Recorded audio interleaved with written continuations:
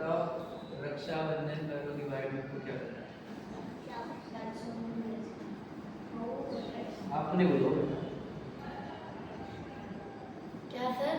रक्षाबंधन पर्व पता ही रखते हैं क्या है? ये आपको सिखाया सिखाया है मैंने वीडियो देखो देखो ध्यान से देखो जो जो भारत है भारत सुनो ध्यान अरे बात करो बेटा सब बोलो पीछे आप ले रखते माया चेहरे करके जाओ बैठो ढंग से बैठो सब पहले बैठने की तरीका सीखो पहले क्योंकि मैंने सुना उसमें नहीं बोला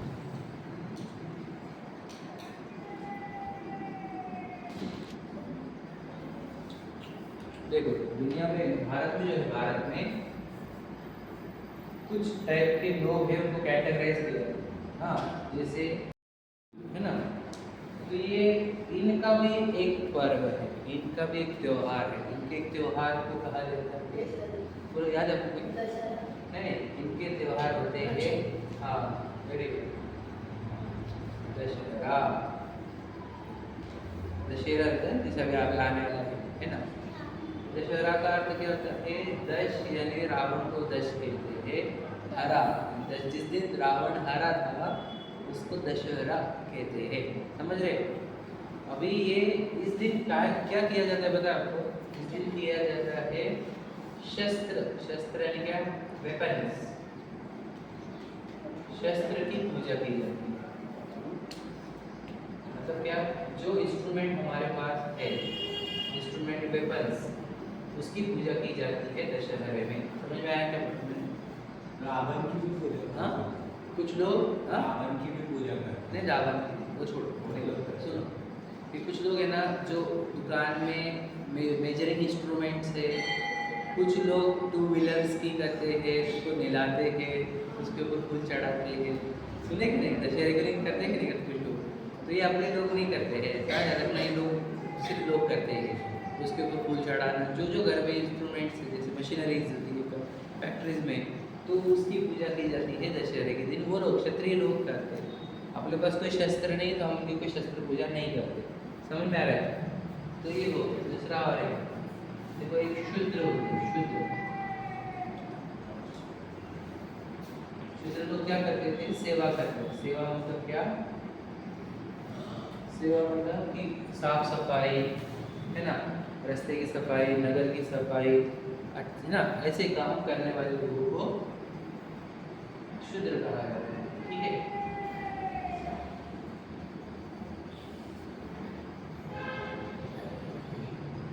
तो सफाई का काम रहता है मेन ठीक है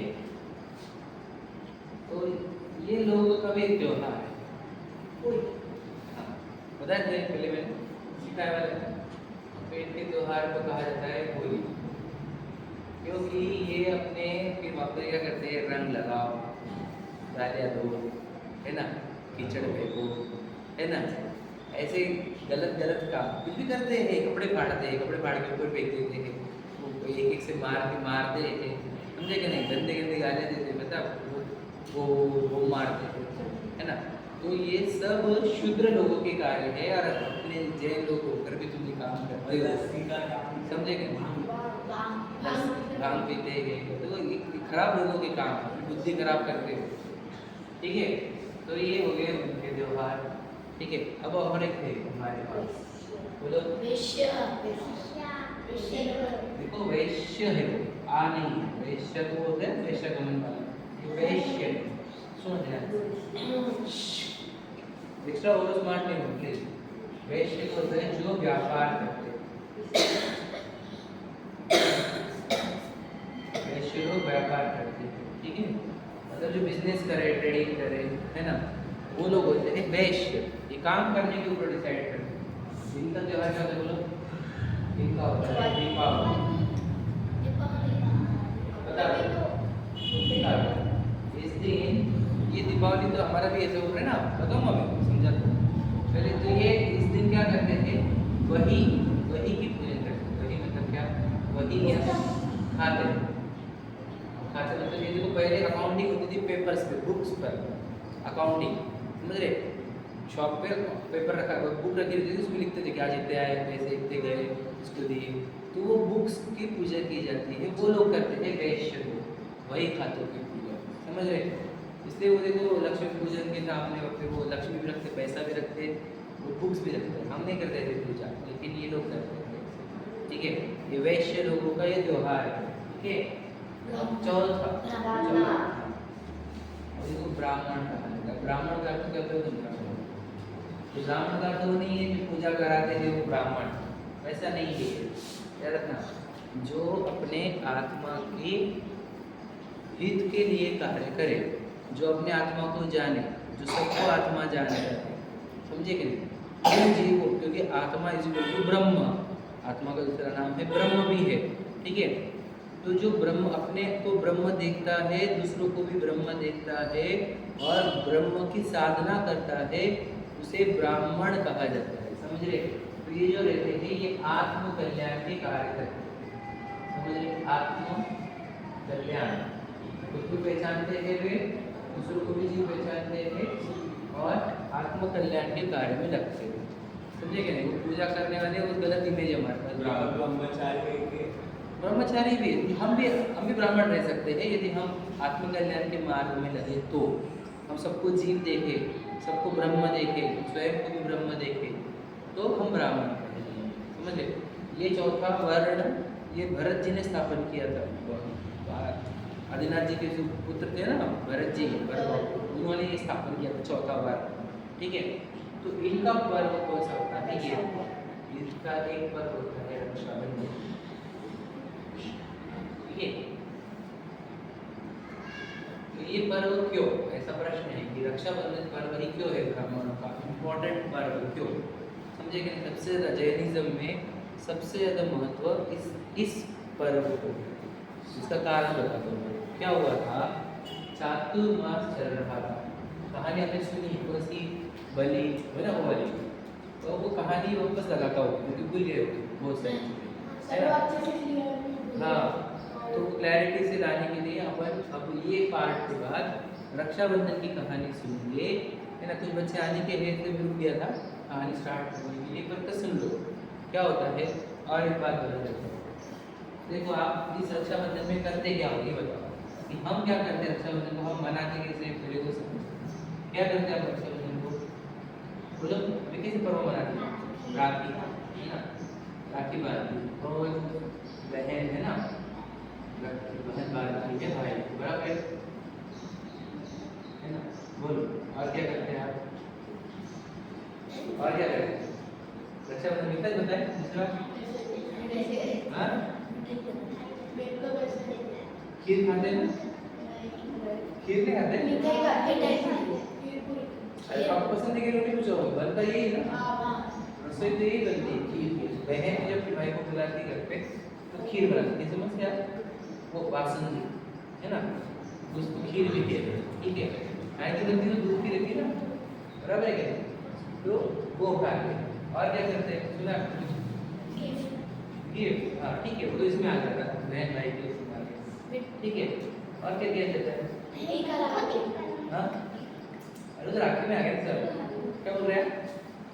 कुछ लोग मंदिर के दरवाजे को भी रक्षा करते हैं, कोई पीछे को करता है, किसको करता है ना?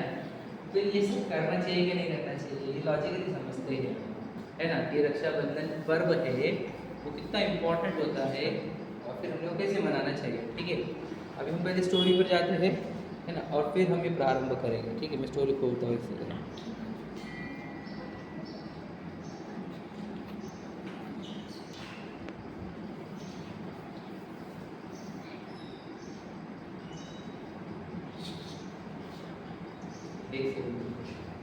बातें नहीं हाथ में,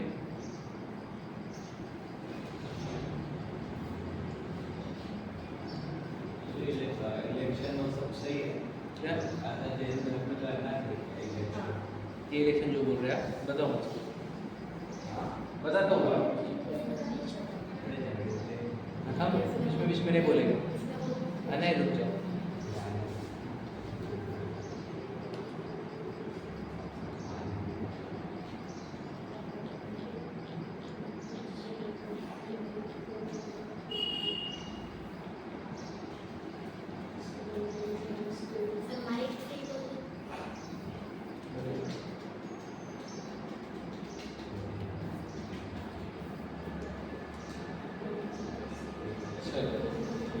स्टार्ट कर रहे हैं, मैं क्वेश्चन पूछूंगा एक एक माइन्यूट क्वेश्चन भी आज पूछेंगे। 10:30 बजे छोड़ना ट्यूशन।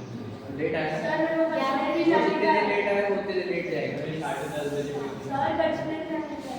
कहीं भी जाओ तो मैं छोड़ूंगा कि वहाँ पर अगर गेट लॉक कर दूंगा फिर जाओगे लेट आए तो ठीक है, जो जल्दी आए जल्दी आए। बस अब क्वेश्चन पूछूंगा एक सेकंड आप बता बेटा देखिए ना तो मैं कर रहा हूँ क्या टाइम है।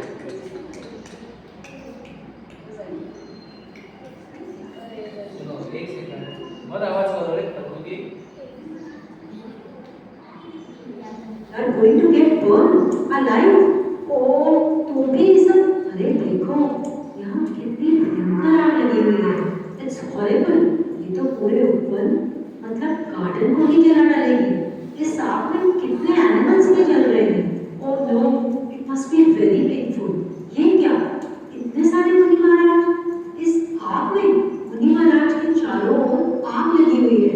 They are going to get burned alive. ओ तो भी ये सब इतने शांत कैसे बैठे हैं? Their life is in danger. बच्चों कौन थे मुनिराज? क्यों इन्हें इस तरह से आग में जलाने की कोशिश की गई थी? और क्या ये सब उस भयंकर आग में जल गए या बच गए? Would you like to know? तो ध्यान से सुनो मुनि विष्णु कुमार की कहानी।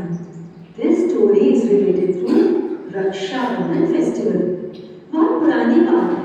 एक दिन विहार करते हुए अकंपनाचार्य मुनिराज अपने 700 शिष्यों मुनिराज के साथ उज्जैन नगरी में पहुंचे। अकंपनाचार्य को कुछ अनफॉर्चुनेट होने का आभास हुआ तो उन्होंने अपने सभी 700 शिष्यों को मौन रहने के लिए कहा। मौन हो जाना मतलब कुछ नहीं बोलना, साइलेंट रहना। सभी मुनियों ने वैसा ही किया। थोड़ी ही देर में उज्जैन सिटी के किंग श्री वर्मा अपने 4 मिनिस्टर्स जिनके नाम थे बलि, बृहस्पति, प्रहलाद और नहुजी, उनके साथ आचार्य और सभी मुनिश्री के दर्शन को आए। सभी महाराज मौन साधना में लीन थे तो उन्होंने किसी को धर्म उपदेश भी नहीं दिया। इन चारों मंत्रियों की धर्म में बिल्कुल भी आस्था नहीं थी, इसलिए मुनिराज को साइलेंट देखकर they started making fun. वो बोले कि शायद इनको कोई नॉलेज ही नहीं है, इसीलिए मेडिटेशन की एक्टिंग कर रहे हैं। थोड़ी देर रुककर राजा और सभी मंत्री वहां से चले गए। ऑन द वे शुद्ध सागर जी महाराज आहार करके नगर की ओर आ रहे थे। मंत्रीगण उनका भी मजाक बनाने लगे। देखो तो कैसे बैल की तरह चला आ रहा है। शुद्ध सागर जी महाराज ने अपने गुरु आचार्य का मौन रहने का आदेश नहीं सुना था, इसलिए उन्होंने पीसफुली चारों मंत्रियों को समझाया और उनके सारे क्वेश्चंस को आंसर किया। मंत्रियों ने पहले कहा कि साधु को कोई नॉलेज नहीं है, पर अब उनका ज्ञान देख के उन्हें टीम के सामने इंसल्टेड फील होने लगा। फिर शुद्ध सागर महाराज जी ने आचार्य श्री को आकर सारा इंसिडेंट बताया तो आचार्य श्री ने कहा हो सकता है मंत्रीगण रिवेंज लेने आए, इसलिए आप पूरी रात मौन रहिएगा। You should go on the same place जहां पर आपका मंत्रियों से डिस्कशन हुआ था, इससे पूरा शांति सेफ रहेगा। शुद्ध सागर महाराज जी ने ऐसा ही किया। उस प्लेस पर जाकर ध्यान मुद्रा में खड़े हो गए। वो चारों मिनिस्टर्स इतने क्रूर थे कि वो मुनिश्री से बदला लेने के लिए रात को अपनी स्वॉर्ड लेकर आए। जैसे ही मंत्रियों ने मुनिराज को हर्ट करने के लिए स्वॉर्ड ऊपर उठाई, उसी समय उनके हैंड्स वैसे ही जैम हो गए। वहां पर तेरी प्रकट हुई और उन्होंने चारों मंत्रियों को एक स्टैचू की तरह कीलित कर दिया। Just like stone, they were not able to move their hands, and they stood like this whole night. सुबह सभी लोगों को पता लगा तो किंग श्री वर्मा ने उन चारों मिनिस्टर्स को अपनी सिटी से निकाल दिया। उज्जैन से निकाले जाने के बाद वो सब हसनापुर पहुंचे। हसनापुर के राजा पदम थे। उनको खुश करने के लिए उन्होंने उनकी बहुत हेल्प की। राजा ने खुश होकर उन्हें वर दिया। ये वर क्या होता है? वर एक तरह का प्रॉमिस होता है। इसका मतलब है जब भी मंत्रियों को कुछ जरूरत होगी तो वो अपना रिवॉर्ड मांगेंगे। इधर अपनाचार्य मुनिराज भी विहार करते हुए अपने 700 शिष्यों के साथ हस्तिनापुर पहुंचे। जैसे ही चारों मंत्रियों को पता चला कि मुनि संग हस्तिनापुर आ रहा है, उन्हें पुरानी बात याद आ गई और उनके मन में गुस्सा आने लगा और वो सोचने लगे कैसे वो उनसे रिवेंज ले। उन चारों मंत्रियों ने राजा पद्म से कहा कि हमें अपना वर दे दीजिए, हमें आपका राज्य और राजा के सभी राइट्स नेक्स्ट 7 डेज के लिए चाहिए। Maharaj Padma had to fulfil minister's wish. जैसे ही वो हस्तिनापुर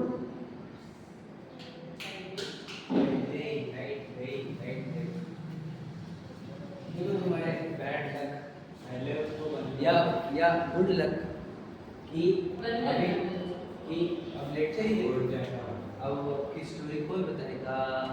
मैं सुन ध्यान सुनिए। फिर क्या हुआ, वो चारों जो थे उन्होंने क्या किया, आपको बेटा रिया से बोला नहीं बस सबको मालूम है ये अच्छा उन्हें आएंगे वो विराज। अच्छा बहुत सारे बच्चों को मालूम नहीं पड़ता। सुनो, तो वो राजा चारों जो मंत्री थे उन्होंने क्या किया, राजा कौन से बताओ, कौन से राजा थे? हस्तिनापुर के राजा। बस बस बस ध्यान मत दो, आप कुछ नहीं करेंगे जी, वे वो बताया धीरे धीरे धीरे। तो वो पद्म राजा को बोला कि हमको 7 डेज तक हमारे पास पूरे राइट्स दे दो। कौन से? राजा के पूरे राइट्स। तो फिर राजा ने बोला ठीक है, आप 7 दिन के लिए पूरे राइट्स हमारे, मैं कुछ नहीं कर सकता। तो राइट मतलब क्या कि हम पूरे राज्य के ऊपर हमारा हुक्म चलेगा, हम जो बोलेंगे वही होगा, बीच में कोई डिस्टर्ब नहीं करेगा। ऐसा उन्होंने 7 दिन के लिए पूरे के पूरा कंट्रोल मांग लिए, पूरा हम कंट्रोल करेंगे राज्य को, हस्तिनापुर को, ठीक है। फिर वो अकंपनाचार्य आदि 700 मुनराज है ना, वो काय के लिए आए थे? देखो अभी कौन सा महीना चल रहा है, जैसे अभी चातुर्मास चल रहा है, तो वो चातुर्मास के लिए आए थे हस्तिनापुर। चातुर्मास में 4 महीने तो वो विहार नहीं कर सकते, जैसे जो चातुर्मास का टाइम रहता है तो वो विहार नहीं कर सकते, तो साधना कर रहे थे। अभी उनको बदला लेना था चारों को, फिर इन्होंने इनके वजह से हमारे को उज्जैन नगरी से निकाला था, तो अब हम इनका बदला लेंगे। तो इन्होंने क्या किया, जहाँ पे वो ध्यान कर रहे थे, जिस उपवन में या फिर जो जंगल के एरिया में, जहाँ पे वो भैया ध्यान इधर, जहाँ पे वे 700 मुनिराज, कौन से? अकंपनाचार्य आदि 700 मुनिराज ध्यान कर रहे थे, उस जंगल के चारों ओर बहुत सारी लकड़ी वो सब बिछा कर सब तरफ से आग लगा दी। अब वो 700 मुनिराज आत्म ध्यान में लीन थे, उनके साथ ये सब हुआ। इसका अर्थ ये है कि उनके ऊपर उपसर्ग हुआ, कोई आके बदला ले रहा है, सता रहा है साधना में, तो क्या हुआ? उपसर्ग हुआ। तो जब उपसर्ग होते हैं तो मुनिराज भागते नहीं, वहाँ से हट नहीं सकते, वहाँ से चले नहीं जाते, वो उपसर्ग को दूर नहीं करते, पानी नहीं डाल सकते, समझेगा नहीं, अपना खुद का उपसर्ग कभी दूर नहीं करते मुनिराज। समझ में आए? क्योंकि वे तो आत्म ध्यान की साधना कर रहे हैं और समता भाव की प्रैक्टिस कर रहे हैं, तो उनको तो इसमें भी समता भाव ही बढ़ाना था अपना, है ना। इसलिए उन्होंने कोई भी एक्शन नहीं ली। तो क्या हो रहा था, आग सब तरफ लग रही है और सब तरफ से, और वो आग नज़दीक आ रही है, तो कितने मुनिराजों के शरीर जल गए। और जब आग लगती है तो बहुत सारा धुआं निकलता है, तो धुआं पूरे उनके नाक में, आंखों में, कान में जा रहा था, और अंदर जाके पूरा धुआं जब जा रहा था तो वे कुछ बेहोश हो रहे, कुछ बीमार पड़ रहे। वो कितने दिन तक चला ये? 7 दिनों तक, समझ रहे। उन्होंने 7 दिन का राज्य मांगा था। तो फिर कौन आया? वो श्री वर्मा जो राजा थे, एग्जैक्टली तो मैं बोलता हूँ, वो राजा को बोले, किनको? ये कौन से राजा? हस्तिनापुर के पद्म राजा को बोले कि तुम्हारे राज्य में ये क्या चल रहा है, 700 मुनिराजों पर उपसर्ग हो रहे हैं और तुम कैसे राजा हो, है ना। तो वो राजा बोला मेरे पास अभी राज्य नहीं है, मेरे से छल करके इन्होंने चारों ने मेरे से राज्य ले लिया और वो उपसर्ग कर रहे हैं, अब मैं कुछ बोल सकता नहीं क्योंकि मैंने वचन दे दिए, है ना। नहीं आया चीज बैठो। तो फिर वो बोले अब हम कैसे बचाएं इन मुनिराजों के, इन मुनिराजों को कैसे बचाएं।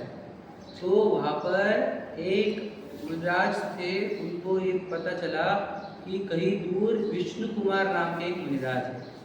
उनके पास एक, वो आपको ध्यान करते करते उनको एक रिद्धि प्रकट हो गई। रिद्धि मतलब एक मतलब आपको क्या, सुपर पावर उनको प्रकट हो जाती है आत्म ध्यान करते करते। तो वो सुपर पावर से वो अपनी बॉडी को कितना भी बड़ा, कितना भी छोटा और कैसे भी आकार का कैसे भी बना सकते हैं, है ना, कैसे भी रूप ले सकते हैं, ऐसा विक्रिया रिद्धि बोलते हैं उसको। क्या बोलते हैं? विक्रिया। विक्रिया मतलब बॉडी को कैसे भी बनाना। तो एक वहाँ पर गए विष्णु कुमार जी के पास और बोले कि हाँ, 700 मनराज के ऊपर उपसर्ग चल रहा है हस्तिनापुर में, आप कृपया बचाएं। तो बोले मैं कैसे बचा सकता हूँ? तो बोले आपके पास एक विक्रिया रिद्धि है। बोले मुझे नहीं पता। बोले हाँ, आपको प्रकट हो गई है। तो बोले देखो आप ट्राई करके। कौन बोला? वो आए थे उनके पास, एक शुल्लक जी का नाम है शायद उसमें। तो वे आए और वो उनको बोले कि आप 700 मनराजों को उपसर्ग दूर करो। तो बोले देखो आप प्रैक्टिस मतलब ट्राई करके देखो, आपका हाथ बहुत दूर जा सकता है। तो उन्होंने हाथ फैलाया, उनका हाथ सुमेरु पर्वत तक चला गया। सोचो। हाँ, तो क्योंकि विक्रिया रिद्धि रहती है ना वो, तो सुमेरु पर्वत तक इनका हाथ चला गया। तो वो वापस हाथ को खींच लिया, तो वापस नॉर्मल हो गया। समझ रहे? सच है, ये झूठ नहीं है, ये कहानी सच है। तो फिर वे विष्णु कुमार मनराज गए का हस्तिनापुर। अब ये जो है चारों, इनको तो पता अपने पास राज्य है पूरा हस्तिनापुर का। तो ये क्या करे, ये छोटे से गिट्टू से बन गए, समझे, गिट्टू से। और ब्राह्मण मतलब एक ऐसे ब्राह्मण का वस्त्र धारण कर लिए। और फिर क्या किया, वो तीनों को गए, बोले आप हस्तिनापुर के अब तो राजा हो 7 दिन के, तो मुझे कुछ दोगे क्या? तो वो हंसने लगे, बोले हमारे पास इतना बड़ा राज्य है, कुछ भी मांगो कुछ भी देंगे।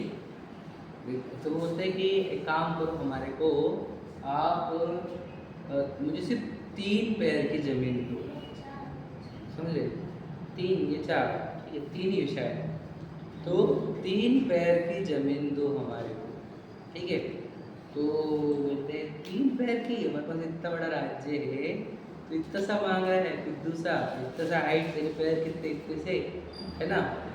तो ले ले, देखो वरदान दिया, देखो 3 पैर की ज़मीन देंगे। तो फिर उन्होंने एकदम बड़े साइज कर लिया खुद को, इतने हाइट कर दी, एक पैर रख दिया डायरेक्ट सुमेरु पर्वत पर, समझे कि नहीं, इतना बड़ा। हाँ, एक पैर मध्य लोक में पूरा, समझे कि नहीं, ऐसा। और फिर तीसरा पैर रखना था, तो बोले रखो कि तेरे ऊपर, चारों के ऊपर, ऐसा एग्जाम्पल। तो डर गए, ये कौन है, ये इतने महान, इतने कौन है, इतना जो इतना बड़ा रूप धारण किया इन्होंने। तो उनको पता चला कि विष्णु कुमार मुनिराज है। इनको आत्म ध्यान करते करते, दिगंबर मुनिराज थे वे, आत्म ध्यान करते करते इनको ऐसी रिद्धि प्राप्त हो गई जिससे वो इतने बड़े बन सकते हैं या छोटे बन सकते हैं। तो उन चारों ने डर गए, तो उन्होंने माफ़ी मांगी, माफ़ कर दो, मेरे को माफ़ कर दो। तो फिर वो जो राजा था उसने उन चारों को बोला कि अब तुमने बहुत बड़े अपराध किया, इसे अपराध किया, तो 700 मनराजों से माफ़ी मांगो। तो पूरे संघ ने, पूरे 700 मनराजों के संघ ने उन चारों को माफ़ कर दिया, कोई दंड नहीं दिया, क्योंकि मनराज सबके प्रति अच्छी भावना रखते हैं, किसी से द्वेष नहीं करते। तो उनको 700 मनराज तो बीमार पड़ गए थे, समझे, क्योंकि इतने धुएं में रह रहे थे ना वो, तो उनको अब वो बीमारी से कैसे निकाले। तो जितने गाँव किया, वहाँ पर पूरे गांव ने भोजन में, अपने आहार के लिए ये बासुंदी बनाई, या खीर बनाई, दूध की, ठीक है। और सभी मनराजों को जो आहार कराया वो एक खीर का कराया, क्योंकि जब दूध जाता है तो वो हीलिंग करता है उनके, तो प्योर दूध था वैसा। तो उनको वो दूध वो खीर खिलाया गया, इसलिए आज भी हम उस त्योहार को खीर की बनाते। लॉजिक समझा? समझ में? अब क्या हुआ था, उन 700 मुनिराजों की रक्षा की गई, उनके ऊपर के उपसर्ग की रक्षा की गई, इसलिए इस पर्व का नाम रक्षा बंधन पर्व है। समझे कि नहीं? समझ में आया? अब और बात बता दो, वो विष्णु कुमार मुनिराज ने दीक्षा छेद करी थी, है ना, क्योंकि वो ऐसी रिद्धि यूज़ करे मतलब दीक्षा छेद हो जाती है। तो इसलिए उनको वापस प्रायश्चित लेना पड़ा कि मेरे से गलती हो गई। तो वो अपने ही संघ, उनका बहुत बड़ा संघ था, उस संघ में ही जाकर जो उनके शिष्य थे उनसे ही दीक्षा ली वापस से। अब आचार्य नहीं रहे, अब वो साधे मुनिराज हो गए। मतलब उन्होंने किसका रूप लिया था जब वो बड़े बने? ब्राह्मण थी, ब्राह्मण बड़ी साइज हो गई समझ लीजिए, ठीक है। तो फिर वो संघ में गए और वापस से दीक्षा ली तो साधारण मुनि बने और उसी भाव से मोक्ष भी चले गए, वही विष्णु कुमार जी, समझे कि नहीं। और कंपनाचार्य 700 मुनिराज की तबीयत ठीक हुई तो सब लोग बहुत उत्साहित हुए कि उपसर्ग दूर हुआ, उपसर्ग दूर हुआ, है ना। मुनिराजों का उपसर्ग दूर हुआ, इसलिए इतना आनंद मनाया गया नगरी में, है ना। इसलिए इस पर्व को बहुत आनंद से मनाना चाहिए ब्राह्मणों का। कौन से? 700 मुनिराज कहते ब्रह्म आत्मा में लीन हो रहे थे ना, छोड़ दो उसको। वो 700 मुनिराज आत्मा में लीन हो रहे थे, ब्रह्म की साधना कर रहे थे, इसलिए ये पर्व मुनिराज के ऊपर उपसर्ग दूर हुआ था, इसलिए मनाया जाता है। समझ में आया आपको? फिर ये भी बहन भाई कहाँ से आ गए, तो इसी से मैचिंग स्टोरी एक हिंदू लोगों ने भी बनाई। और फिर वो बोलते हैं कि ये सब रक्षाबंधन का पर्व है। तो पहले क्या था, पहले पुलिस वगैरह सिस्टम नहीं थी, पता है आपको? पुलिस वगैरह नहीं थे कुछ ऐसे, है ना, राजा वगैरह ही थे समझ लीजिए, बीच में तो वो भी नहीं थे। तो अपने घर की जो लड़कियां है, बहन बेटी है ना, उनकी रक्षा करने की जिम्मेदारी घर के पुरुषों के ऊपर थी, मुख्यतः से भाई के ऊपर। कि पिताजी भी खेत में गए, कहीं पे गए, तो अपनी बहन की रक्षा कौन करेगा? घर के लेडीज रक्षा करेगा, तो भाई करेगा। इसलिए वो बहन अपने भाई से एक, अभी हाथ में क्यों बांधते हैं इसका भी लॉजिक बता बेटा। क्या कि जब हम आपके हाथ पे बांधेंगे एक धागा, तो क्या हो जाएगा, आपको समझ लो 3-4 दिन रही वो राखी, 5-6 दिन रही, तो वो निरंतर रिमाइंड कराएगी आपको आपकी रिस्पॉन्सिबिलिटी, क्या कि आपको हमारी रक्षा करनी है। हम अगर कभी प्रॉब्लम में आए तो आप हमारी रक्षा करो, समझे कि नहीं। तो इसलिए वो रक्षाबंधन पर्व मनाया जाता है, जिसमें बहन भाई को राखी बांधे। जैनिज्म के अकॉर्डिंग नहीं है ये बहन भाई का कंसेप्ट। हमारा प्रिंसिपल ये है कि मुनिराज के ऊपर उपसर्ग दूर हुआ था, तो विष्णु कुमार मुनिराज की कथा फेमस हुई है। इतने अच्छे थे, उन्होंने उपसर्ग दूर किया, लेकिन उनको दंड भी मिला, उनको वापस से दीक्षा लेनी पड़ी, प्रायश्चित देना पड़ा, क्योंकि दीक्षा छेद नहीं कर सकते, समझ रहे। अब इस कहानी में मैं हमेशा पूछता हूँ, ये कहानी इतनी कॉम्प्लिकेटेड क्यों हो गई? इसमें कहानी में किसकी गलती हुई? सबसे बड़ी गलती किसने करी? किसने की? दोनों तुम छोड़ दो, बाकी आप भी नहीं ना, सूरज सागर जी ने, है ना। मैंने बताया था पहले भी आपको, क्यों? क्योंकि उन्होंने उनसे वो डिबेट करनी ही नहीं चाहिए थी, मुझे कि भले ही उनको पता नहीं था, लेकिन समझदार लोगों ने ना समझ लोगों से डिबेट करनी ही नहीं चाहिए, समझे क्या? उनके क्वेश्चन को आंसर नहीं उन्होंने सुनी नहीं थी ना, वो तो बाहर को गए थे, आते आते सुना ना उन्होंने, तो इसलिए उनके, समझ रहे, तो इसलिए उनके अपराध के कारण संघ के ऊपर उपसर्ग हुआ, है ना। वो आ गए थे ना युद्ध के लिए चारों तलवार लेके, तो वे इसलिए कभी भी विवाद में नहीं पड़ना चाहिए, बात समझ में आए। और इसमें हीरो कौन है? ये स्टोरी में हीरो कौन है? विष्णु कुमार। इस स्टोरी में हीरो विष्णु कुमार जी नहीं, 700 मुनिराज है, क्योंकि उन्होंने उपसर्ग आने पर भी अपनी आत्म साधना नहीं छोड़ी, समझे कि नहीं। अकंपनाचार्य जो 700 मुनिराज है, बेटा रख दो उसको, सुनो, विष्णु कुमार जी को हीरो क्यों नहीं कहा हमने? इसलिए क्योंकि उन्होंने दीक्षा छेद करी थी, तो उनको तो अपराध हुआ। उन्होंने भले उपसर्ग दूर किया, लेकिन अब उन्होंने क्या किया? वात्सल्य किया, इसलिए वात्सल्य की कथा भी कहती है, साधर्मी वात्सल्य। उन्होंने दीक्षा मतलब खुद की दीक्षा तोड़ के भी मुनिराज की रक्षा करी, है ना, इसलिए वात्सल्य पर्व भी बोला जाता है इसको, रक्षाबंधन पर्व को। और एक नाम क्या है? वात्सल्य पर्व। और इसको कहानी को विष्णु कुमार की कहानी भी कहा जाता है, या अकंपनाचार्य आदि 700 मुनिराजों की भी कहानी कही जाती है, समझ रहे हो क्या? तो हाँ, क्या महाराज बनने के बाद अपन ऐसा नहीं कर सकते, इसलिए उनको दंड मिला। अब ये जो विष्णु कुमार जी ने किया, ये सबको करने योग्य नहीं है, क्यों?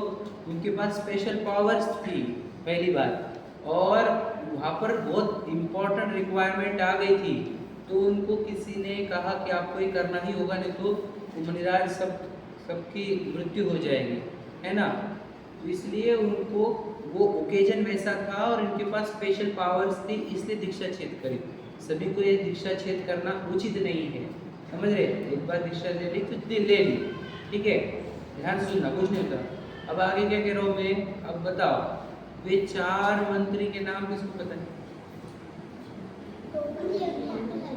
वो बात सुनिएगा, बोलो। 2 पता है, 3 पता है, बोलो नीरज। हाँ, और बृहस्पति, वेरी गुड। बलि, बृहस्पति, ये 2।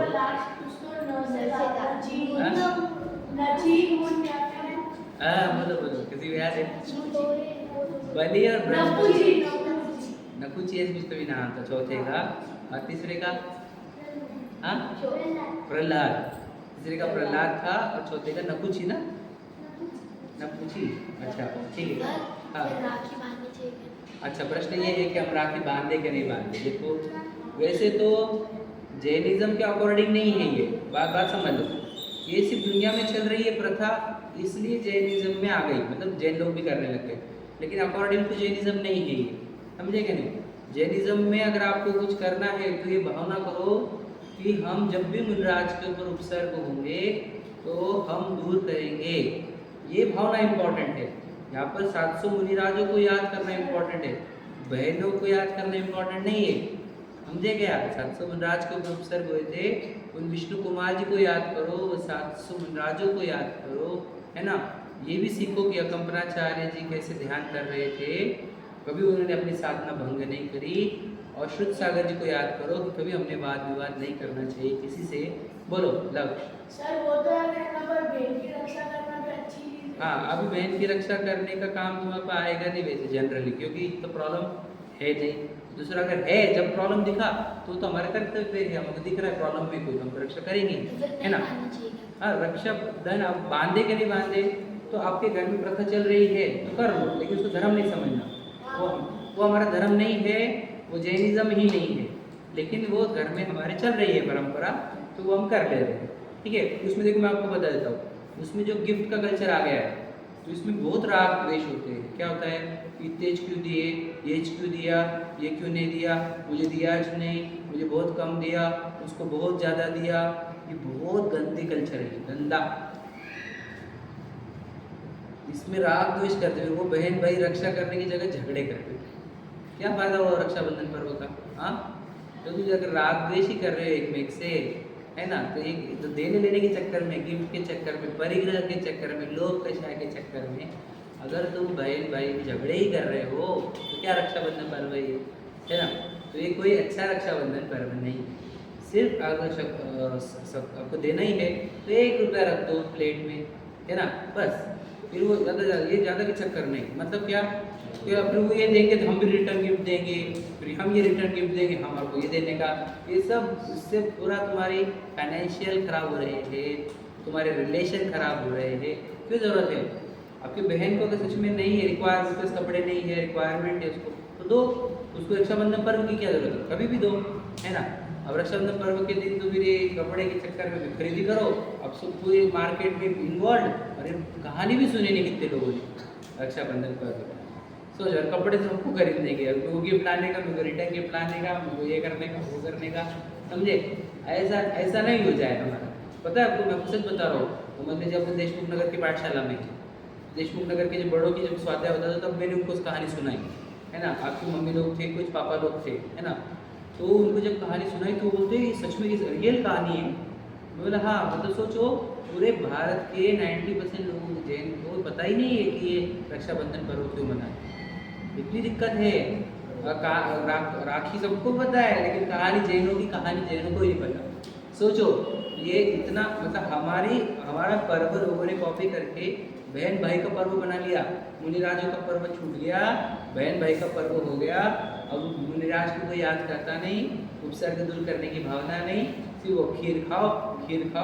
अब समझा लोगों को कि खीर क्यों बनाते हो। ये खीर खाते हुए याद रखना कि आप मुनिराजों के ऊपर उपसर्ग हुआ था, उसके निवारण करने के लिए ये पर्व है। समझ में आया आपको? अच्छा समझ में आया? तो ये कहानी, इससे अपने क्या सीखना चाहिए, रक्षाबंधन पर्व कैसे मनाते हैं, समझ में आया? बोलो क्वेश्चन। कई जन मुनियों के पीछे को भी पीछे को बांध, भी बांधते तो उसमें भी बताया था। वो इसमें भी बताया है वीडियो में, लेकिन ऐसा नहीं करना चाहिए। मैं बता रहा हूँ, लॉजिकली बता रहा हूँ क्यों। फिर देखो तुम जिससे भी बांध दोगे तो वो धागा एक्स्ट्रा आ गया, वो धागा पीछे को बांध दोगे तो मुनराज को 2 चीजें अलाउड है, जैसे 3 चीजें है, शास्त्र, पीछे का मंडल। सुन लो पहले, 3 ही चीजें अलाउड है, चौथी आ जाएगी तो परिग्रह हो जाएगा। तो मुनराज हमारी रक्षा करेंगे क्या? नहीं करते मुनराज, है क्या नहीं?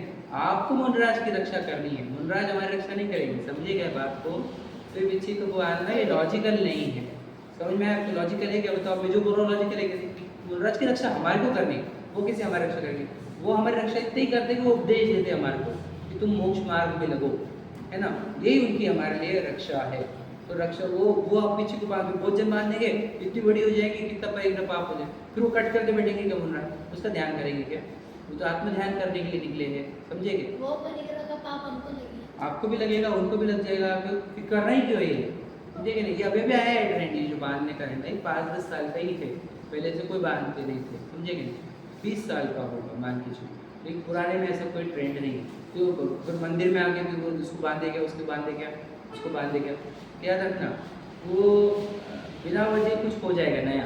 आप सिर्फ इतना करो, इस दिन भावना करो कि हम रक्षा करेंगे, हमारे मंदिर की, हमारे गुरुओं की, हमारी जिनवानी की रक्षा करेंगे, ये भावना रखो, समझ में आया? चलो और कोई क्वेश्चन? और कोई क्वेश्चन है? तो रक्षाबंधन पर्व समझ में आया? क्या के लिए होता है? मुनराज के ऊपर उपसर्ग दूर करने का पर्व है। हम भी ये भावना भाई हो गए 10:30 हुए। हाँ चलो, बहुत छोटा आधे घंटे का ही तुम्हारी ट्यूशन हुई, पाठशाला हुई, उसमें भी बच्चे आते, है ना? क्लास भी आती, लाइट भी आती चली, सब आधा अधूरा हो गया काम आज, लेकिन मुनराज की रक्षा करने की भावना पूर्ण करना, ठीक है? चलो, जय जिनेंद्र। जय